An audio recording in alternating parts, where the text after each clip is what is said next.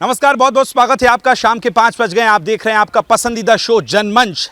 हर शनिवार और रविवार की तरह आज का मुद्दा भी बेहद महत्वपूर्ण है। आज मुद्दा है ईरान और इजराइल युद्ध पर जिस तरह से अमेरिका की एंट्री हुई है, और सवाल ये कि क्या अब तीसरे विश्व युद्ध की आहट शुरू हो गई है, क्योंकि ईरान के परमाणु जो संयंत्र था, परमाणु बनाने वाली जो जगह थी, उस पर अमेरिका ने एक्यूरेट टारगेट किया और उसके बाद खबर यह कि उसको पूरी तरह से नेस्तनाबूद कर दिया है। लेकिन सवाल अब यह है कि कहीं भी विश्व में युद्ध होता है, जहां इस्लामिक कंट्रीज की बात आती है, वहां भारत का अब्दुल्ला दीवाना हो जाता है। यानी जो लोग पहलगाम जैसे संवेदनशील मुद्दे पर चुप होते हैं, वो फिलिस्तीन का राग सिर्फ सड़क से नहीं कहते हैं, बल्कि वो सदन तक आवाज उठाते हैं कि जय फिलिस्तीन के नारे लगाते हैं।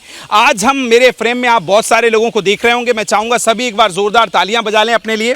मैं सभी का बहुत बहुत स्वागत करता हूं और जनमंच की शुरुआत पहले उस मुद्दे के साथ सर आपके साथ शुरुआत करता हूं। ये जो आप तृतीय विश्व युद्ध की आहट देख रहे हैं, कल तक हम देख रहे थे ईरान और इजराइल लड़ रहे थे, लेकिन आज अमेरिका की भी एंट्री हो गई है। सवाल मेरा इतना सा है सर कि जब बांग्लादेश में हिंदू पिटता है, अल्पसंख्यक हिंदुओं को मारा जाता है, टारगेट किया जाता है, पहलगांव में जैसे हमला होता है, धर्म पूछ के हिंदुओं को मारा जाता है, उस समय ये अब्दुल्ला चुप रहता है।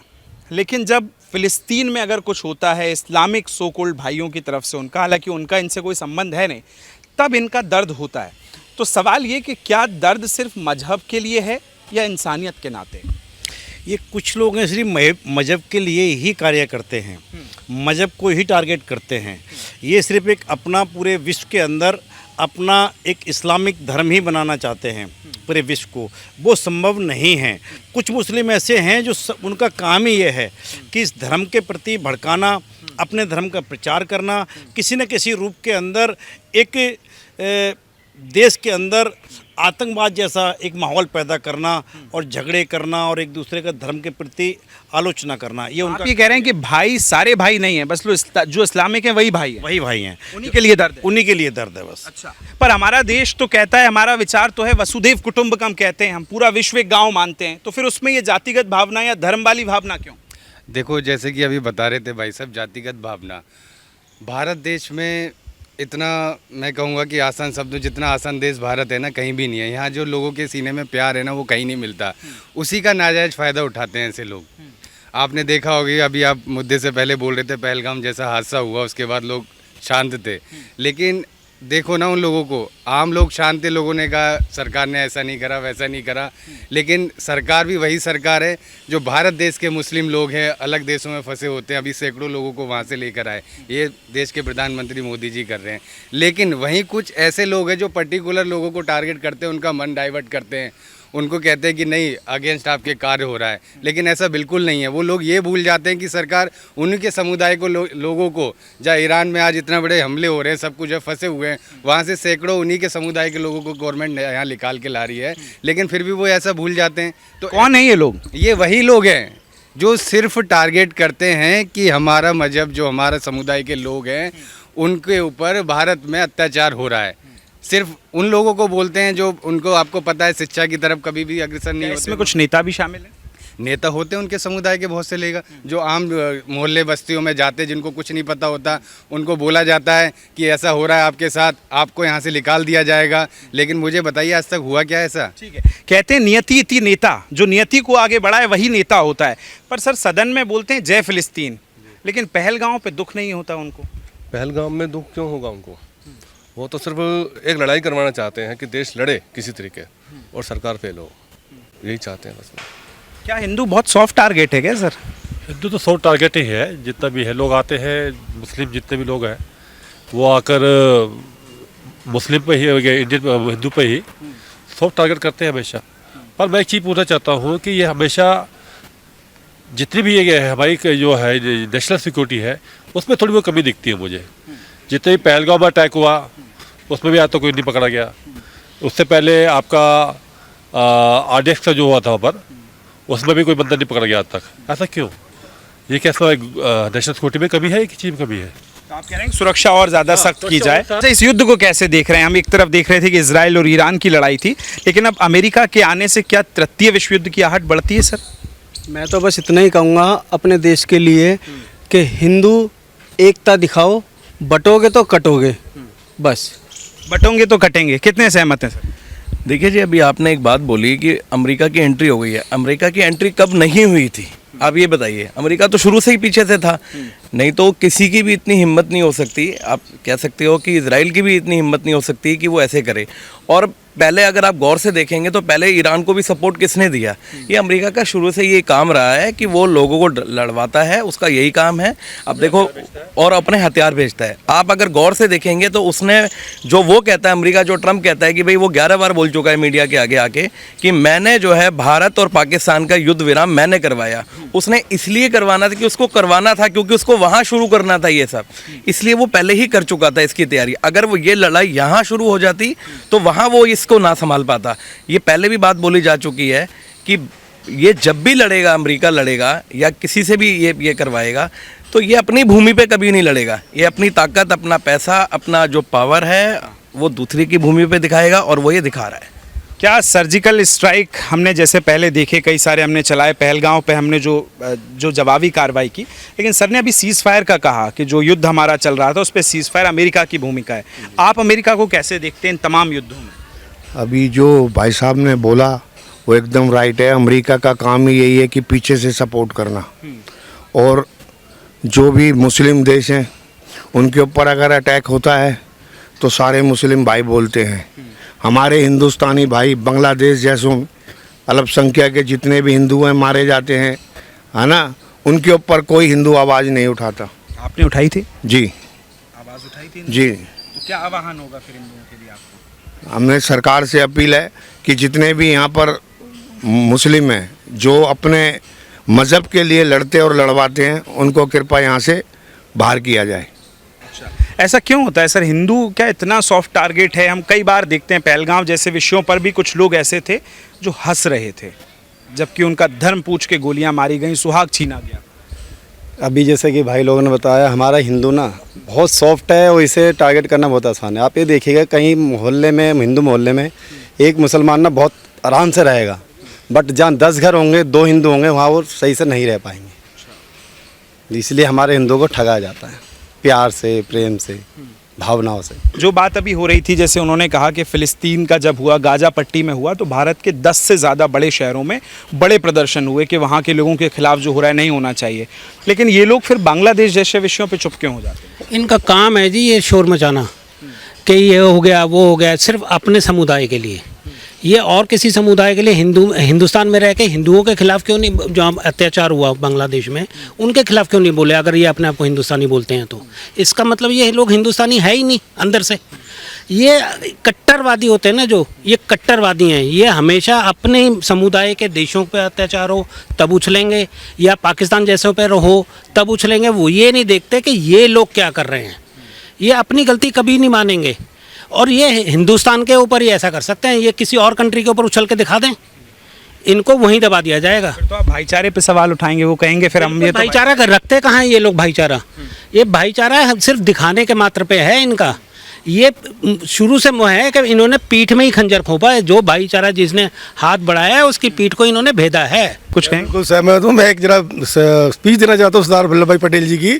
सन 50 में उन्होंने एक बड़े ओपनली बोला था कि आपको आपका पाकिस्तान मुबारक, लेकिन जो हिंदुस्तान में मुसलमान रह रहा है वो कहने को हिंदुस्तान है, लेकिन वो उनकी सपोर्ट कर रहे हैं और वो हिंदुस्तान को कमज़ोर कर रहे हैं। वो उस टाइम की स्टेटमेंट थी जब देश जो ना उभर रहा था, लेकिन किसी भी गवर्नमेंट ने उस चीज़ को आगे, गौर को आगे चलाया नहीं। नतीजा वो चीज़, वहाँ मुद्दा दब जाना चाहिए था। इनको बाकायदा देश प्रेम की भावना सिखानी चाहिए थी, लेकिन इन लोगों को सिर्फ ना देश सिखाया गया, सिर्फ इनको धर्म सिखाया गया। आप किसी भी, इनको ना स्कूलिंग दी जाती है ना कुछ किया जाता है। इनके पास जो उनकी स्कूलिंग भी है किस लेवल की है कि वो साइंस को भी नहीं मानते।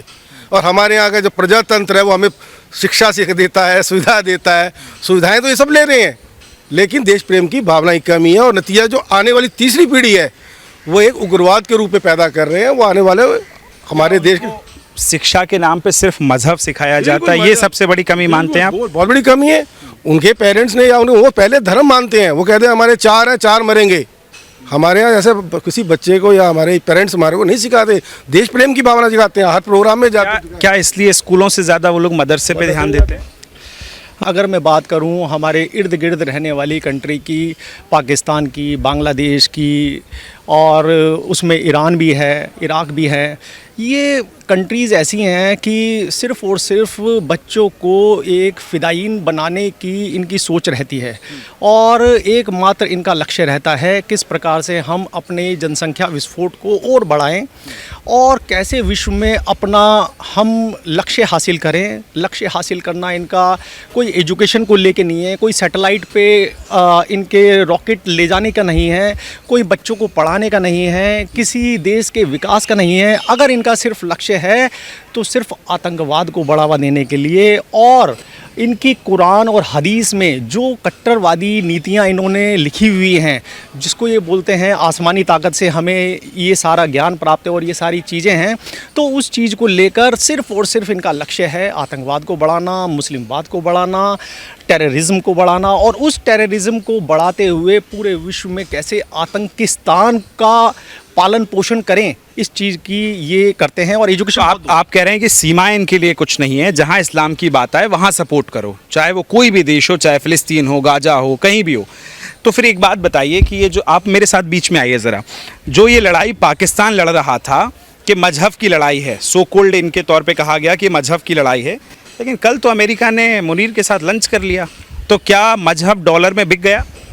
सर ये जग जाहिर है। ट्रम्प साहब की स्टेटमेंट आपने भी देखी है, मैंने भी देखी है और हमें भी मीडिया से ही पता लगता है कि जो इनकी स्टेटमेंट रहती है ये बिन पैंदे के लोटे वाली इनकी स्टेटमेंट रहती है। इनको जहां फ़ायदा होता है वहां पर ये चले जाते हैं। इनको अगर कोई गिफ्ट दे दे, इनकी कोई तारीफ़ कर दे, इनके कोई पैर छू ले, तो इन चीज़ों से ये बिकने वाले हैं। और सही मायने में अगर देखा जाए तो ट्रम्प साहब बिजनेसमैन हैं और बिजनेसमैन का एक ही धर्म होता है और वो होता है डॉलर, वो होता है रुपया।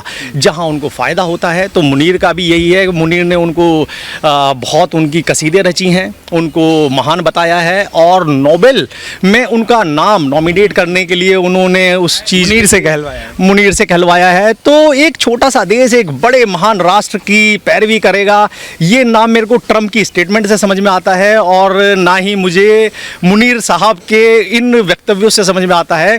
कुल मिला के यही है कि दोनों अंधों में काने राजे वाली बात है कि वो भी एक महान देश हैं और लेकिन वो किस दिशा में जा रहे हैं वो समझ में नहीं। हाल मेरा ये था कि जो पाकिस्तान मजहब की लड़ाई लड़ता था, अमेरिका जबकि निश्चित तौर पे इजराइल के साथ खड़ा है, आज उसने ईरान पे हमला किया। ईरान जहां आपका इस्लामिक कंट्री है, तो फिर वही पाकिस्तान अब अमेरिका के साथ क्यों खड़ा है? सवाल मेरा ये है कि या तो आपके लिए डॉलर बड़ा है या आपके लिए सो कॉल्ड मजहब बड़ा है जिसकी आप बात करते हो। तो फिर मुनीर जैसे लोग ट्रंप के साथ लंच क्यों कर रहे हैं ऐसे वक्त में जब इस्लाम की लड़ाई चल रही है? इतना कर्जा ले रखा है पाकिस्तान ने, इतना कर्जा, इतने पाप कमाए हुए हैं उसने, इतना आतंकवाद फैलाया हुआ है कि उसके पास अमेरिका के सपोर्ट के अलावा वो बच ही नहीं सकता। उसने इतने इस इस्लाम को बदनाम कर दिया है पाकिस्तान ने विश्व के अंदर, जो कोई दूसरा स्टेट कर ही नहीं सकता।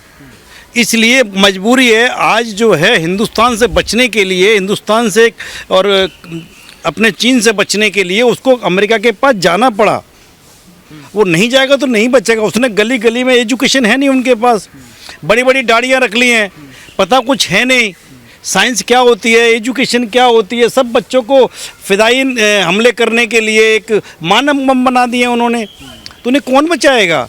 अब तो उनको या तो उनका अल्लाह बचाएगा या उनको बचा रहा है तो सिर्फ एक अमेरिका बचा रहा है। वहाँ जाना ज़रूरी रहा कि मजबूरी हो गया था? मजबूरी है जी उनकी, और क्या है। जब इतना लोन लेंगे, इतना सब कुछ लेंगे तो उनकी मजबूरी है, नहीं तो सबसे पहले तो वो ईरान के साथ ही खड़ा होता। ये तो है ही उनका। तो फिर सवाल तो आपसे भी उठेगा ना कि कल तक प्रधानमंत्री मोदी जी कितने देशों में गए, उनके साथ बैठे, आपकी दोस्ती पे आप देख रहे हैं कि ऐसे वक्त में आईडीएफ को लोन दिलवाना, आईडीएफ से पाकिस्तान को, ऐसे वक्त में मोदी जी को इनवाइट करना और सेम समय में मुनीर के साथ लंच करना, फिर आपकी वो दोस्ती कहाँ गई जो आपने एक साल में डेवलप की? सर मैंने आपको पहले भी बताया है कि ट्रम्प साहब बिजनेसमैन हैं और जहां इनको फ़ायदा लगता है और वहीं ये लुढ़क जाते हैं। बात रही इंडिया की, तो इंडिया की नीयत और नीति आदरणीय मोदी जी ने 2014 से ही अपनी क्लियर कर दी है कि वो आतंकवाद के ख़िलाफ़ हैं। वो हर उस एक्टिविटी के ख़िलाफ़ हैं, जो किसी देश में अशांति फैलाता है, जो किसी देश की एजुकेशन को डैमेज करता है, वहाँ की इकोनॉमी को डैमेज करता है। उनका एक ही टारगेट है कि सभी लोग आगे बढ़ें, सभी लोग अपना विकास करें, और उस विकास में अगर इंडिया की कहीं भागीदारी अगर कोई भी कंट्री लेनी चाहती है तो वो भी ले। इसका परिणाम आपने देखा होगा, पहले तुर्की को जब वहाँ पे भूकंप आया तो आदरणीय मोदी जी ने वहाँ पर अपनी सेना को भेजा, वहाँ पे अपनी टीम को भेजा और वहाँ पर राहत कार्य करवाने के लिए अग्रणी भूमिका निभाई है। तो साथियों, मैं तो आपको यही बताना चाहता हूँ, आदरणीय मोदी जी एक ऐसे महान व्यक्तित्व हैं जो पूरे भारत में नहीं पूरे विश्व में अपने नेतृत्व का डंका बजा रहे हैं।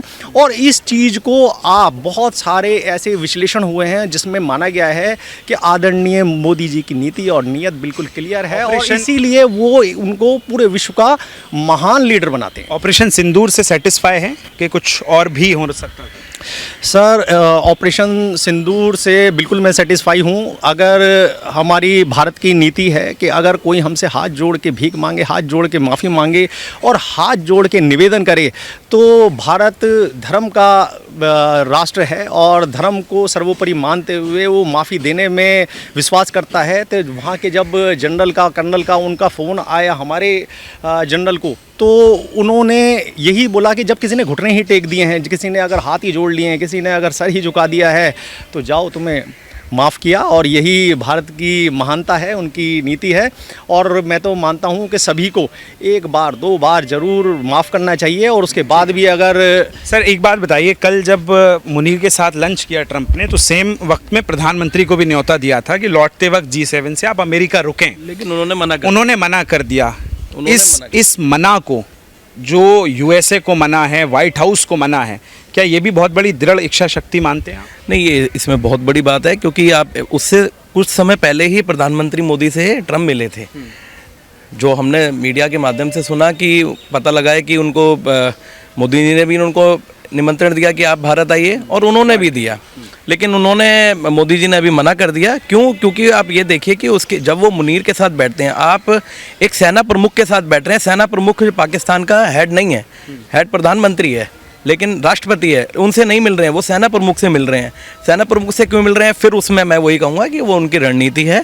अभी उनको अब एयरबेस उसका वो यूज़ करेंगे पाकिस्तान का, क्योंकि जब ईरान के ऊपर हमला कर रहे हैं तो आसपास वो चाहते हैं कि ये कोई भी कुछ बोले ना। ये भी एक तैयारी है उनकी, और उन्होंने वो तैयारी की है। भारत ने व्हाइट हाउस और अमेरिका जैसे देश को मना किया, जबकि मैक्सिमम देश अगर व्हाइट हाउस से बुलावा आ जाए तो दौड़े चले जाते हैं। क्या देखते हैं, ये मना करने की शक्ति जो भारत में अब आई है, क्या ये भी एक नया भारत है? बिल्कुल, इस शक्ति को समझना चाहिए पूरे भारत को, क्योंकि ये शक्ति एक्चुअल में क्या है कि एक साबित करती है कि भैया मैं एक पावरफुल कंट्री हूँ। और आप ये नहीं कि जैसे कि भैया ने बोला अभी कि भैया जहाँ पर उनके लेवल के लोग होने चाहिए थे वो नहीं थे, तो वहाँ मोदी जी का जाना ठीक नहीं था। जो उन्होंने मना किया बिल्कुल करेक्ट मना किया, मैं उनसे सहमत हूँ। चलिए, ऑपरेशन सिंदूर पे हम बहुत जल्दी से आखिरी पहलू हम बात कर लेते हैं। सर सहमत हैं कि कुछ और भी चाहिए था? POK की जो लड़ाई थी वो रह गई है क्या? नहीं, मैं सहमत हूँ भाई साहब ने जो कहा है ना। POK रह गया है क्या? टीस है मन में? 65, 75, 91 कितने जख्म मिले हैं आतंकवाद के नाम पे? नहीं, जख्म तो बहुत दिए हैं पाकिस्तान ने हिंदुस्तान को, बट मोदी जी जैसे चाहें तो वो POK जब मर्जी ले सकते हैं। ये हम पे पूरा विश्वास है। चलिए, आपको विश्वास है कि क्या ऑपरेशन सिंदूर में हमने जो लड़ाई लड़ी, जैसे सेना ने हमारे कहा कि हमारी लड़ाई आतंकवाद के खिलाफ थी, लेकिन POK भी आ ही सकता था? देखो, POK आना कोई बड़ी बात नहीं थी, जैसा कि अभी हमारे अधिवक्ता साहब थे वो भी बोल रहे थे। मोदी जी ने जब से सत्ता में आए हैं कोई भी कदम उठाया, आपने देखा होगा 370 जैसे बड़े कानून थे उनको ख़त्म किया, राम मंदिर जैसे मुद्दे थे। ये वो मुद्दे हैं जहाँ कहा जाता है कि खून की नदियाँ बह जाएगी, लेकिन आपने देखा होगा जब ये बने या इनको पास किया गया, पूरी शांतिपूर्वक तरीके से किया गया। POK भी भारत का हिस्सा लेने के लिए अग्रसर थे, ऐसा नहीं है, लेकिन आपने उससे बीच में पाकिस्तान ने जिस तरह घुटने टेके, अन्य देशों का जैसे प्रेशर आया, मोदी जी ने कड़े शब्दों में इसका स्टेटमेंट दिया कि टॉक और ट्रेड और पानी और खून एक साथ नहीं रहेंगे। इन कड़ी चेतावनियों के साथ युद्ध को विराम दिया और कड़ी चेतावनी दी साफ शब्दों में कि पाकिस्तान आगे से अगर कुछ भी करेगा तो वो सिर्फ युद्ध माना जाएगा। तो जो लोग कहते हैं कि मोदी जी ने छोड़ दिया, ये कर दिया, वो ये ना भूले कि मोदी जी ने उन मुद्दों को भी शांतिपूर्वक तरीके से सुलझाया है जिसकी कभी सोचा भी नहीं जा सकता था। ठीक है, ऑपरेशन सिंदूर से सहमत हैं कि कुछ और? बिल्कुल सहमत है जी। और मोदी जी चाहें तो ये युद्ध के थ्रू भी ले सकते हैं, लेकिन मोदी जी का जो हमेशा ही एक एजेंडा रहा है कि वो शांति और वार्ता के साथ ही इस मुद्दे को और पाकिस्तान के मुद्दे को हल कर लेंगे। हम हमेशा शांति की बात करते थे, लेकिन जब ऑपरेशन सिंदूर चला तो सेना की ऑफिशियल प्रेस कॉन्फ्रेंस में 2-3 चीज़ें बड़ी खास रहीं कि जब प्रेस कॉन्फ्रेंस शुरू हुई तो शिव तांडव स्तोत्र बजा और रामधारी सिंह दिनकर जी की वो कविता की याचना नहीं अब रण होगा। क्या भारत ने बड़ा मैसेज दिया कि जो 65, 71, 91, 26, 11 सर्जिकल स्ट्राइक बालाकोट में जो जख्म मिले थे, अब भारत अटैकिंग मोड में आ चुका है? अटैकिंग मोड आ रहे हैं, वो सीधा युद्ध चाहते हैं नहीं, वो प्रॉक्सी वार के उग्रवाद को फैलाते हैं। लेकिन अब टाइम आ गया थी प्रॉक्सी वार जो अब पूरी इंटरनेशनल पॉलिसी बन गई है, इजराइल यूज़ कर रहा है, जैसे अमेरिका ने कल ईरान के खिलाफ की है। यदि वो प्रॉक्सी वार कर सकते हैं तो हम मेन अड्डे उड़ा करके एक इनडायरेक्ट युद्ध स्टार्ट कर सकते हैं जिसमें इंटरनेशनल उसको मान्यता प्राप्त है कि आप अपने देश की सुरक्षा के लिए कुछ भी। हमने भी अभी बर्मा के खिलाफ किया एक्शन लिया, वो कुछ हाईलाइट नहीं हुआ, बर्मा की टेरिटरी में जाके उन उग्रवाद को ख़त्म किया है। तो वो पूरे यूएनओ से लेकर बड़ी बड़ी एजेंसियाँ जो है इस चीज़ को सहमत हैं। यदि आपके देश में कोई विपदा आती है तो आप अपनी सुरक्षा में युद्ध का डिक्लेयर ना करके आप अपनी सुरक्षा में अपने देश की सुरक्षा कर सकते हैं। और अब ये टाइम आ गया, युद्ध तो कोई कंट्री चाहेगी ही नहीं, अर्थव्यवस्था की लड़ाई है, अर्थव्यवस्था कोई अपनी खराब नहीं करना चाहता। ऑपरेशन सिंदूर में जो हमने हमले किए उससे सहमत हैं कि कुछ और चाह रहे थे? नहीं, उसके लिए तो यही है। मतलब आप लोगों को लगता है कि बदला पूरा हुआ है? बिल्कुल हुआ। चलिए, बहुत आखिरी मेरा सवाल है, जो भी कुछ कहना चाहें वो कह सकते हैं। भारत किस स्थिति में अभी वैश्विक तौर पे नजर आता है ऐसे वक्त में जबकि तृतीय विश्व युद्ध की आहट है, कई देश लड़ रहे हैं? एक महत्वपूर्ण सवाल ये। सर, बहुत महत्वपूर्ण सवाल है। आज हमारा देश बहुत कुशल नेतृत्व में है। आज पूरे विश्व के मंच पर, पूरे विश्व पटल पर भारत को देखा जा रहा है, सुना जा रहा है, रेड कारपेट वेलकम दिया जा रहा है। आज ऑस्ट्रेलिया के प्रधानमंत्री मोदी इज़ द बॉस के नाम से उनको संबोधित करते हैं। पापुआ न्यू जाते हैं तो वहाँ के राष्ट्रपति उनके पैर छू के उनका अभिनंदन करते हैं। ये दिखाता है आपकी ताकत क्या है, आप किस महान देश से जुड़े हुए हो, आपका नेतृत्व किस धार्मिक भावनाएं हैं वो अपन उन पे छोड़ते हैं, लेकिन भारत में रहना है तो कम से कम भारत माता की जय तो कहना पड़ेगा। बिल्कुल, भारत माता की जय। चलिए, बहुत बहुत धन्यवाद। आप देख रहे थे आज एक महत्वपूर्ण टॉपिक के साथ हम यहाँ पहुंचे थे। अगले हफ्ते फिर मौजूद होंगे किसी और अन्य विषय के साथ। तब तक कैमरामैन ऋतिक के साथ मुझे दीजिए इजाजत। देखते रहिए सुदर्शन न्यूज। नमस्कार।